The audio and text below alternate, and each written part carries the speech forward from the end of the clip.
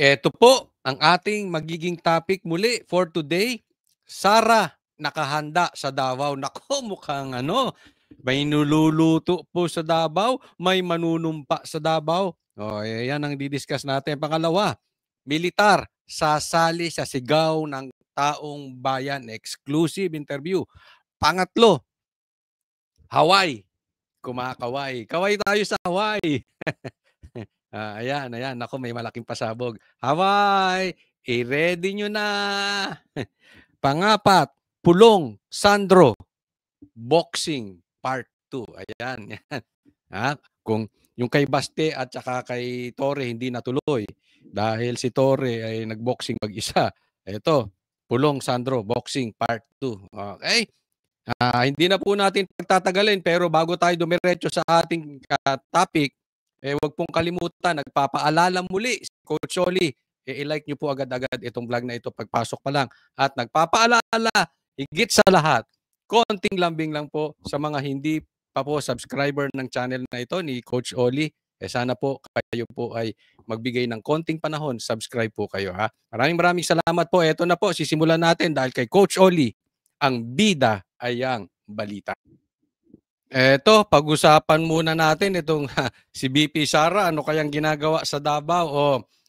Pasok. Ito, paborito to ni Boss Dada. Oo, ito, gustong-gusto, paborito tinitingnan to ni, na kung nung kami nasa Davao, lagi namin nakakasalumuha yung mga, nung siege. Paborito to. Nung mga bouncer ng Banatero, si Boss Dada at saka si Jay Guevara. Sige, pasok. Ruth, ayon kay Vice President Sara Duterte, bagamat kilala niyang mabuting tao ang bagong House Speaker na si Isabela Representative Faustino Bojidi III, hindi raw maiaalis na matalik na magkaibigan sina D at si dating Speaker Martin Romualdez. Matapos ang kanyang dinaluhang aktibidad sa Davao City ngayong araw, isa-isang sinagot ni VP Sara sa isang press conference ang mga isyu ng bansa. Aniya, ang pagpapalit liderato ng Kamara ay pakulo lamang at parte pa rin ng pamumulitika para sa 2028 presidential elections. Narito ang pahayag ni Vice President Sara Duterte. Teka muna, bago ka magsimula, VP Sara, bakit nasa Davao ka? Sa 21 kasi may malaking rally. Okay? Napakadami buong Pilipinas. May malaking rally kaya lang itong mga dilaw ina-hijack. Ayaw nilang matanggal si Bongbong Marcos. Ngayon, si BP Sara naman nasa Davao. Diyan ka na lang, diyan ka BP Sara para kung magkaroon man ng palitan. Nako. Diyan ka na ba? Diyan ka magti-take ng oath. Diyan ka manunumpa. Oy, ang sarap noon. Kita-kita po tayo, soon sa Davao. Pag ikaw ay naluklok ng presidente, walang biro, soon po, kita-kita po tayo. Mga taga Davao, Banateros, pupunta dyan. Okay? Kita-kita po. Para lang yan, masabi ng mga tao na meron silang ginawa sa House of Representatives, sa reklamo at sa galit ng mga tao. Pero ang totoo niyan ay sila lang din yan. Yan. Ito sinasabi natin Ito si Bongbong Marcos, wala talaga sa plano nitong linisin ang Pilipinas. Wala sa plano nito linisin ang flood control baho. Yung flood control projects na nakawan. Hindi, kasi kung lilinisin mo yan, pinatanggal mo na, pinag-resign mo na si Tambi.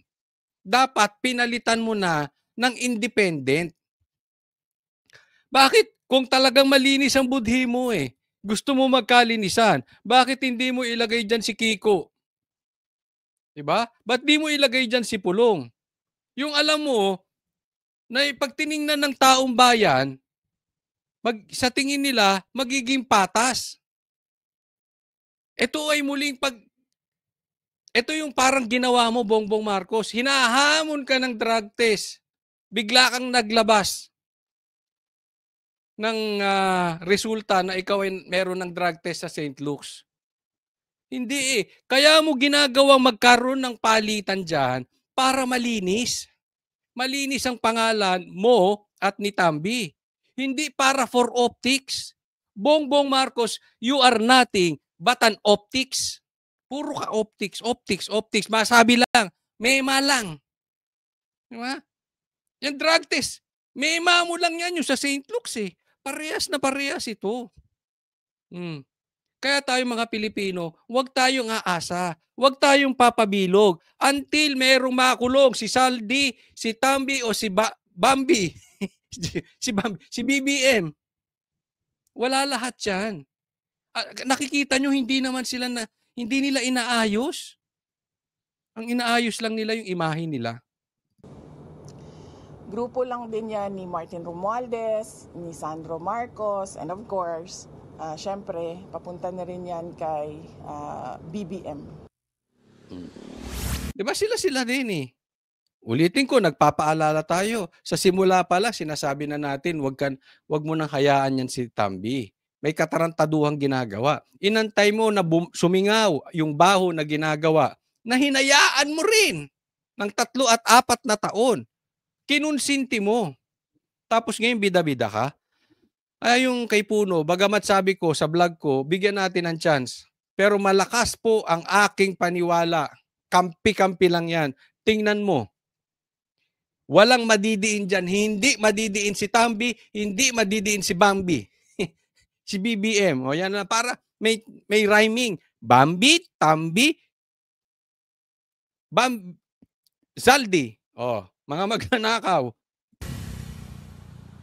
Ruth, kinwestiyon din ni Duterte si Pangulong Bongbong Marcos na tila hinahayaan lang daw ang mga kongresista na makatakas ang pananagutan sa issue na kinaharap ng Kongreso.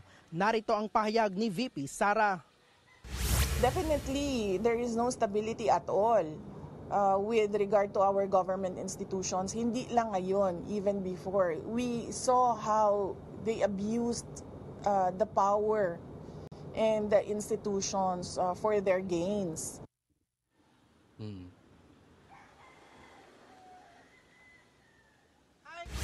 Ruth, sinabi rin ni VP Sara na frustrated ngayon ang ama niyang si dating Pangulong Rodrigo Duterte dahil wala umano siyang magawa sa ngayon sa nangyayari sa bansa ngayong nakakulong siya sa ICC. Nakatakda namang bumiyahe mamayang gabi si VP Sara papuntang Japan para sa 2 araw na aktibidad doon ng mga Filipino community. Ruth. Huwag ka nang bumiyahe doon, VP Sara. Mayroong magaganap sa 21, diyan ka na manumpa. Oo. Antayin mo kami diyan, ha? Papunta na Banateros. Diyan tayo. Oo, kasi alam mo, itong mga ito talagang ako sa tingin ko dapat din gumawa ng sariling hakbang ang kampo ni VP Sara kasi hinahaluan ng mga Aquino. Hina-hijack nila. Kanina, nabalita na may naglalagay doon ng placard na pababain si Bongbong, ayaw nila. Isipin mo, ang Aquino, ayaw pabain ang Bongbong. Sabagay, yung asawa ni Bongbong na si Lisa, kamag-anak tong Aquino. Diba? Naku, talagang hindi lang kumakain ng pati tae kinakain. O, next topic, tingnan po natin ito, mga militar. Pag-usapan natin. Ito, pakinggan natin. Naku, matindi. Ang mga militar, sasali na. Maraming organization sa military, mayroong Association of Generals and Flag Officers, mga star rank officers. Mayroon ding luwakan graduates, mga PMA graduates. Mayroon ding forum ng mga PMA graduates, mga militar. PMA Alumni Association. Mayroon ding Star Forum. Napakarami sa military. Active na active and in all those forums. Active active, hindi lang mga retired o hindi aktibo sa kanilang sa current events. In all those social groups, social media groups. Maraming graduates ng PMA dyan. Simply because hindi naman sa sinasabi namin kami lang, But we know that to serve the land properly, we must have integrity, honesty, and the sense of public service. Kulang na lang na sabihin namin na patriot kami, na katulad din ng iba. Kaya kung nakikita namin ang malawakang korupsyon, talagang nagagalit kami. Nakatulad din ng ibang Pilipino. At ngayon sa nangyayaring ito, ito exclusive interview po ito ng SMNI. At yun nga po ang nabalitaan natin. So may mga kinakamusta ako, mga kaibigan natin. No, hindi ko na lang babanggitin ang kanilang mga pangalan dahil malalagay naman sila sa alanganin. Nakaabang-abang lang, no? Siyempre, kailangan nilang proteksyonan ang konstitusyon. And pag talagang medyo ay nadidihado ang ating konstitusyon at naaabuso, higit sa lahat, naaabuso ang kapangyarihan, kailangan nilang gumawa ng hakbang. Hindi po natin sinasabi na sila ay manggugulo. Hindi po. Yung legal na hakbang na talaga namang nakapaloob sa kanilang responsibilidad. Naka-ready po. Sabi nga lang sa akin bagamat kami, yung iba sa amin tahimik, nakamasid lang. And kung may kinakailangang palitan, dapat maganap. Sa tamang takdang panahon, gagalaw sila. So, basta tayo, lahat ng gagawin natin sa legal na paraan. Hindi po tayo nagtatawag ng gulo. Sabi nga ni Bongbong Marcos, siya mismo gusto niyang sumali sa rally. Paano? Kakampi niya yung mga komunista, kakampi niya na mga Aquino, kakampi niya na, kalain mo yung Marcos Aquino magkakampi. Nako. I think many of us will be leading their organizations to go up in protest. Yan. Many of us. So siguro yung many, majority will go up in protest. So sasali. Kaya nga sabi ko, kahit na may mga komunista dyan sa paligid, alam natin may nakaabang dyan ng mga militar. Hindi mo lang mahahalata pero nandyan sila sa paligid. And alam nyo po, ang militar, one click yan. Pag yung nasa ibabaw na kanilang nirerespeto ay nagsalita, saglit lang po yan, mabilisan yan. Against the corruption that we have seen. Ako naniniwala Indeed, ako, gagalaw to mga to. Obvious naman yung corruption. Again, uulitin ko, ang binoto po ng mga militar at mga pulis. Oo, nasa record yan. Duterte po. Oo, yung mga senador ng Duterte Black. Kikita nila Kaya lang, syempre, meron silang responsibilidad sa Pangulo, diba? So, binabalanse niya. Pero pag talagang gahaman na itong mga ito, mga demonyo nan talaga, at makikita nilang hindi kayang kontrolin ni Bongbong yung nangyayari. Kaya ito si Bongbong, dapat ipakita niya na talagang aayusin niya yung hanay. Mahihinto ang nakawan, merong sense of accountability, may mananagot, hindi lang mahihinto, may mananagot doon sa nakawan. Hindi po yung mga kontraktor, wala kaming pakialam sa kontraktor. Magnanakaw man sila, parusahan sila, pero hindi yan ang issue. Ang gusto naming maparusahan, yung mga politiko, mga congressman, na kung saan ay sila ay gumawa ng kalokohan. Pag hindi talaga yan, inayos ni Bongbong Marcos, tandaan nyo to, sasabihin ko. Ang pulis at militar papasok sa legal na paraan. Ayan. Tingnan po natin itong next. Kaya naman, nasabi ito ni Kiko Barsaga. Ano sabi ni Kiko Barsaga? Bongbong Marcos attempt even one act of violence of state forces against protesters. And I guarantee you a vacation to Hawaii. Yan. Isang pagkakamali na merong saktan sa mga protesters, sa mga magrarally, especially itong malakihang rally sa 21 na kung saan, sabi nga, dadalo ang mga militar. Marami sa kanila dadalo. Pinaghahandaan po ito. Pag may nasaktan dyan at ang plano ni Bongbong Marcos ay dahil manggulo, dahil martial law, sabi niya, I guarantee you a vacation to Hawaii. Kaya nga, kaway-kaway dyan. Sa Hawaii, mag-ready na kayo. Merong sikat na pupunta dyan. Ako ay agree. Lahat po nakakasana. Ito sasabihin ko sa inyo.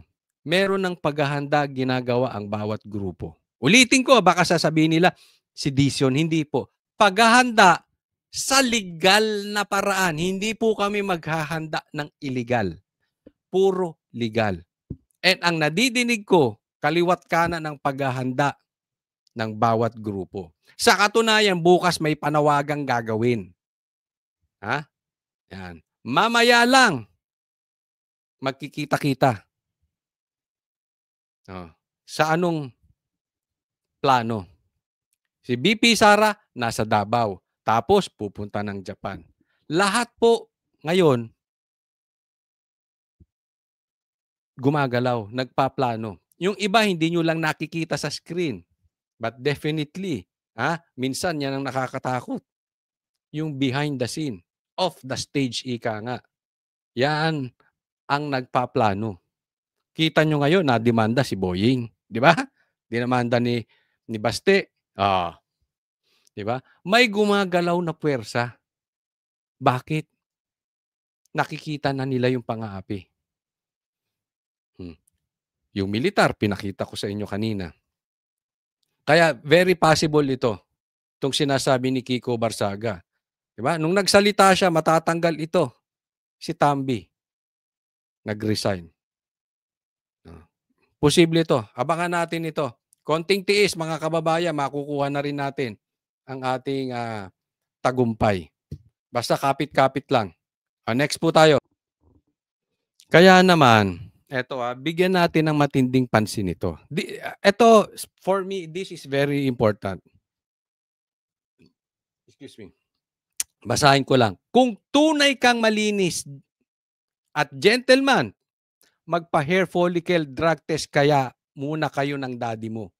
Huwag yung tago, gaya ng BFF mo sa Davao. Naku, sino kaya yun? Okay, eto hamunan.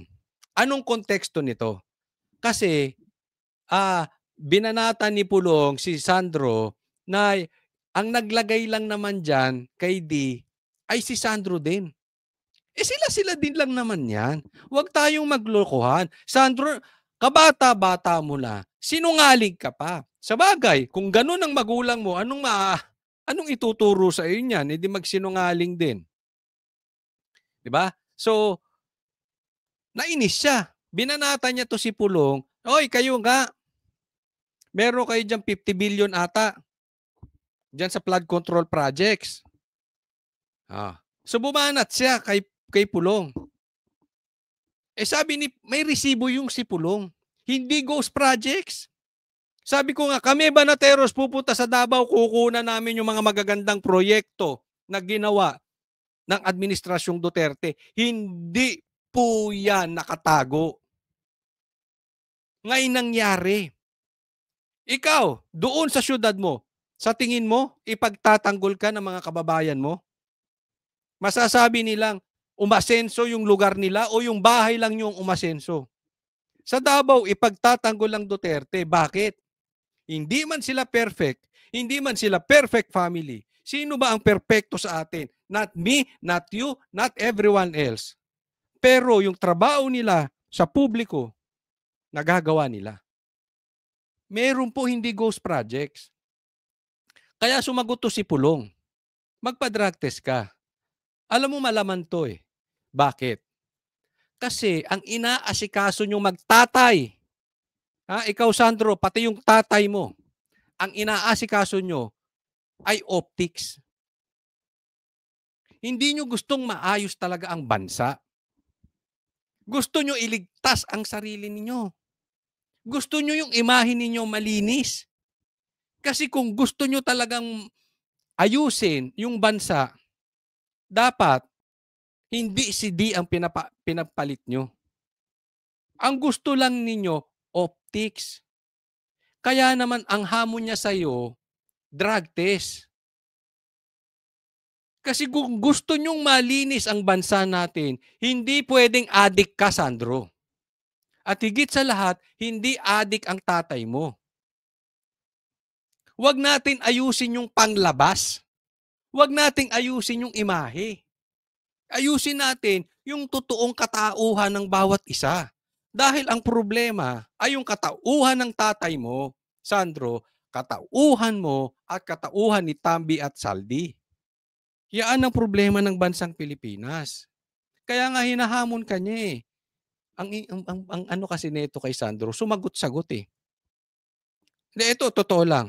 Alam mo sa totoo lang, Sandro, para kang bakla na tomboy. Huwag kang sasagot sa Duterte kasi bobo ka eh. Hindi ko na po i-filter yung mga sasabihin ko. Totoo. Mahina utak mo eh. Hindi ka pwedeng makikipagsagutan sa Duterte. Lalamunin ka ng buo. Ang payo ko sa iyo, Sandro, gayahin mo yung tatay mo. Magsumbong kayo kay Claire para makasagot kayo. Ha? Huwag kang sasagot ng diretso. Babaon. Ha? Sumbong ka sa abogado o doon sa babae na matapang o doon sa babaeng palingkera na may konting ganito. Ikaw, kahit magdebate kayo sila kasi yung bata ni Kiko Barsaga. Paglalaruan tong taon to. Kawawa ito kay Kiko Barsaga. 'Di ba? Kung tao to hindi Marcos, hindi to mananalo kay Kiko Barsaga. Kataon lang Marcos eh. Ating-ating eh. 'Di ba? Kontrolado ngayon. Pero pag upo ni BP Sara, tingnan ko ano ka. Tingnan ko kung ano ka. Ngayon, huwag kang parang si Torre. Sasagot ka sa hamon pag alam mong wala yung kalaban mo nasa ibang bansa. Ngayon ka sumagot, drug test kayong dalawa. Diba? Mag-boxing kayo kung gusto mo. Mas lalo kang walang panalo doon. Baka sa drug test, lumusot ka pa eh. Marami kayong pwedeng bayaran. Ha? Yan naman ang hilig ninyo, manuhol. Sabi nga ni BP Sara, may kasong bribery. Bribery itong si Tambi. Diba? Nasa pamilya nyo na yun eh. Oh, baka lumusot ka pa sa drug test. Pero sa boxing, kawawa ka dyan kay Pulong. Bugbog sarado. Ako na-imagine ko na magsusumbong ka sa nanay mong si Lisa. Nakamag-anak ng Aquino. Na may kasamang namatay sa Amerika. Di umano. Di ba? Eh yung pangalan nyo talagang, kung si Tito Soto, baon na ang pangalan niya sa larangan ng politika na siya ay tuta, kayo, baon na yung pangalan nyo sa larangan ng politika na diktador na adik. Kaya nga may pagkakataon ka ngayon. Sagutin mo si Pulong. Papayag ka ba sa drug test? Kasi sumagot ka agad eh. Nung binanatang ka ni Pulong, sumagot ka agad. Huwag mong pagtagalin, Sandro. Sagot. Ilagay nyo dyan, Sandro, sagot. Adik ka o hindi ka adik? Lagay nyo sa comment section. Sumagot ka, Sandro. Huwag kang bakla. Sagot, Sandro. Huwag mong pagtagalin. Pero palagay ko, magsusumbong to kay Claire. Bakla ito eh. Sumbongero yung mag-amang yan eh. Magsusumbong kay Claire yan. Tingnan niyo. Susumbong yan. Wala ito. Wala. Urong ang to. Walang yagballs to.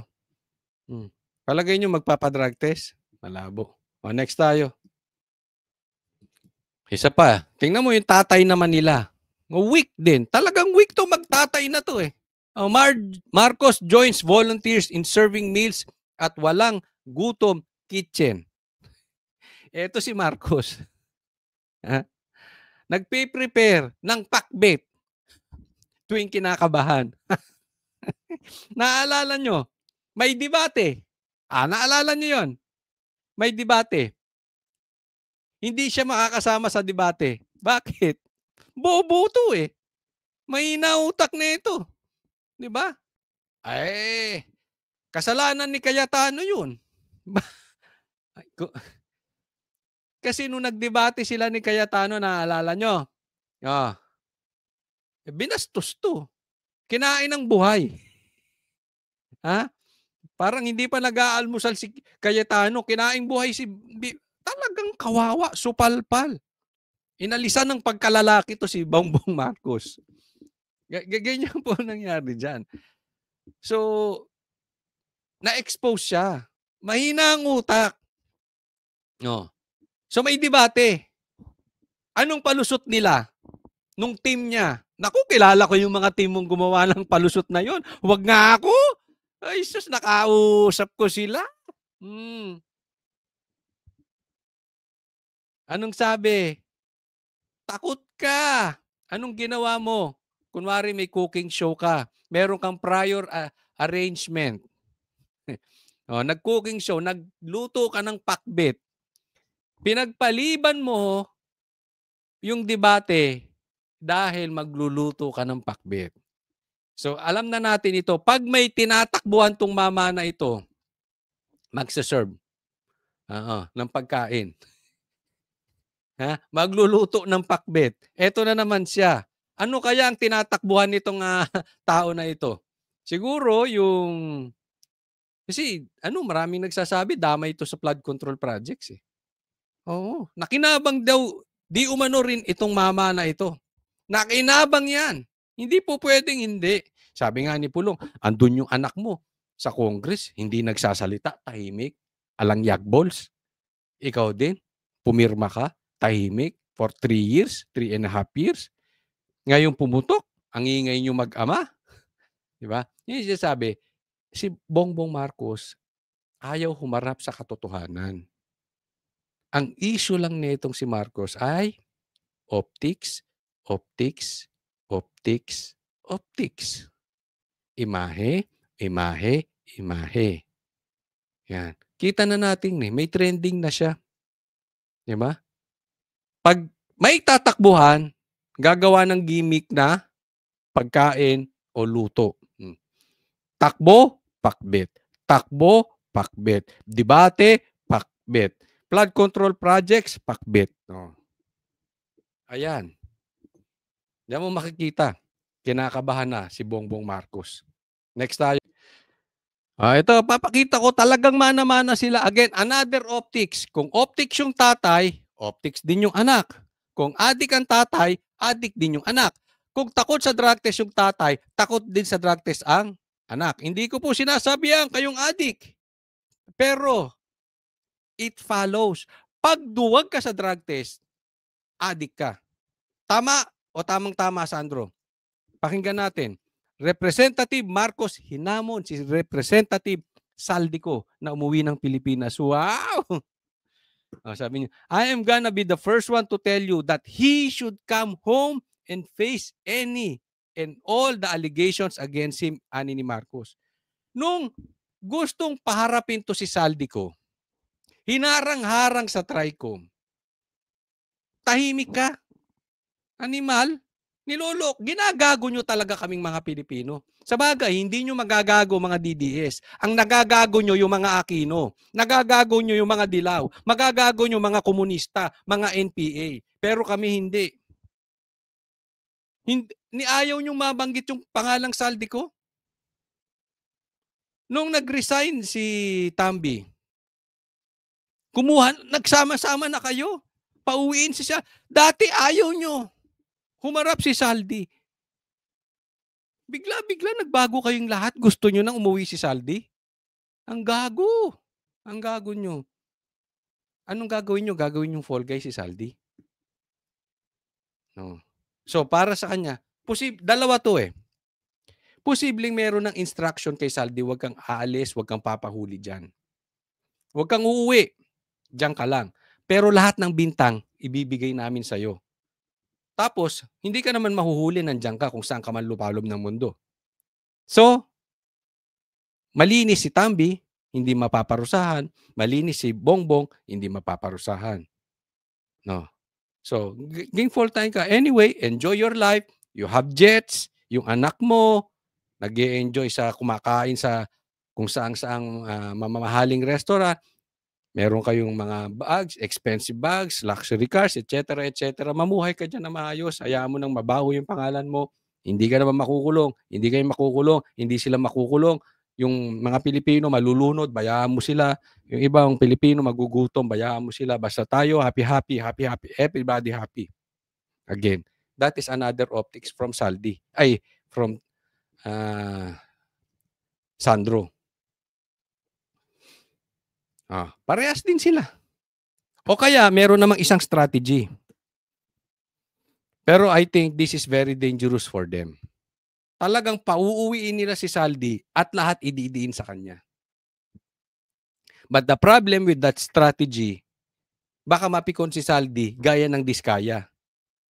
Ituro sila. Kasi hindi po pwedeng walang baho si Tambi, si BBM. Hindi po pwedeng wala. Kasali sila dyan. Baka mamaya kadidiin nila kay Saldi magturo. Tapos sila. I think that is dangerous. Ngayon, hindi ko alam kung anong style niyan. But in any case, si Bongbong ayaw ng totoong ayos.